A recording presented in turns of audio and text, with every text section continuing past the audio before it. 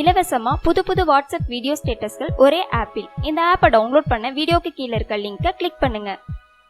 தூத்துக்குடி மாவட்டத்துல ஸ்டெர்லைட் ஆலையை மூடுறதுக்காக பரிதாபமா இறந்து போன குடும்பங்களை பார்க்க போன தளபதி விஜய் சார் ரஜினிகாந்துக்கு சரியான பதிலடி கொடுத்திருக்காரு. குறிப்பா விஜய் சாரோட இந்த செயலை பார்த்து ரஜினிகாந்த் அதிர்ச்சியில உறைஞ்சு போயிருக்காராம்.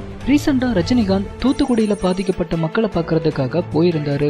அப்போ ஒரு நபர் யார் நீங்க அப்படின்னும் ரஜினியை பார்த்து கேட்டிருந்தாரு. அதுக்கு ரஜினிகாந்த் உடனே பிரஸ் மீட் அழைச்சு சமூக விரோதி அப்படின்னு தெரிவிச்சிருந்தாரு. அது மட்டும் இல்லாம ரஜினியை பார்த்து கேள்வி கேட்ட அந்த இளைஞரை நைட்டு 12 மணிக்கு மிரட்டி தான் ரஜினிய அப்படி சொல்லவே இல்லை அப்படின்னும் ரஜினி ரொம்பவே நல்லவர் அப்படின்னும் பாராட்டி பேசுற மாதிரி ஒரு வீடியோ எடுத்து அந்த செய்தியை திசை திருப்பி இருந்தாங்க.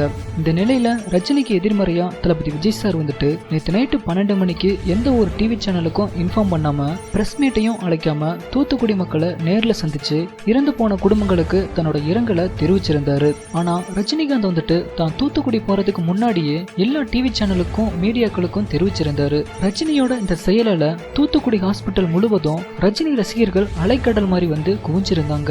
அப்போ ட்ரீட்மெண்ட் எடுத்து வந்த பேஷண்ட்டும் பொதுமக்களும் கூட்ட நெரிசல்னால ரொம்பவே சிரமப்பட்டிருந்தாங்க.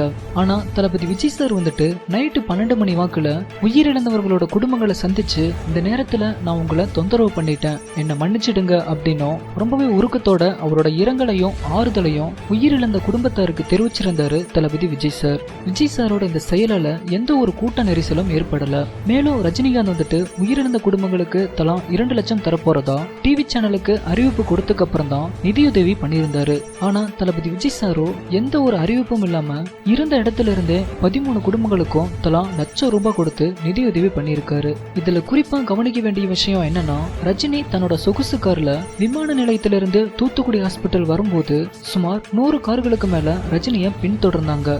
மேலும் ரஜினிகாந்த் காருக்கு வெளியே கை நீட்டியபடியே ரசிகர்களுக்கு அழைப்பு கொடுத்து அவங்க கூட போட்டோவும் எடுத்திருந்தாரு.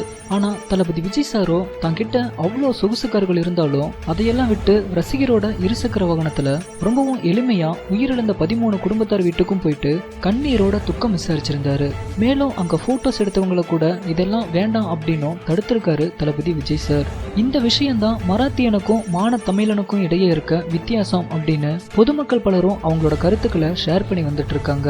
அது மட்டும் இல்லாம டைரக்டர் அமீர் வந்துட்டு விஜய பார்த்தாச்சும் கத்துக்கோங்க ரஜினி அப்படின்னு ரொம்பவே காரசாரமா அவரோட கருத்துக்களை ஷேர் பண்ணியிருக்காரு. விஜய் சாரோட இந்த செயலை பார்த்து ரசிகர்கள் பொதுமக்கள் மட்டும் இல்லாம பல சினிமா பிரபலங்களும் பாராட்டி வந்துட்டு இருக்காங்க. சரி, ஓகே ஃப்ரெண்ட்ஸ், ரஜினி விஜய் இதுல யாரு நிஜமாவே மக்களோட கஷ்டங்களை புரிஞ்சு அவங்களுக்கு ஆதரவா நிக்கிறாங்க அப்படின்றத கீழே இருக்க கமெண்ட் பாக்ஸ்ல கமெண்ட் பண்ணுங்க. இந்த வீடியோ உங்களுக்கு பிடிச்சிருந்தா லைக் பண்ணுங்க, உங்க நண்பர்களுக்கும் ஷேர் பண்ணுங்க.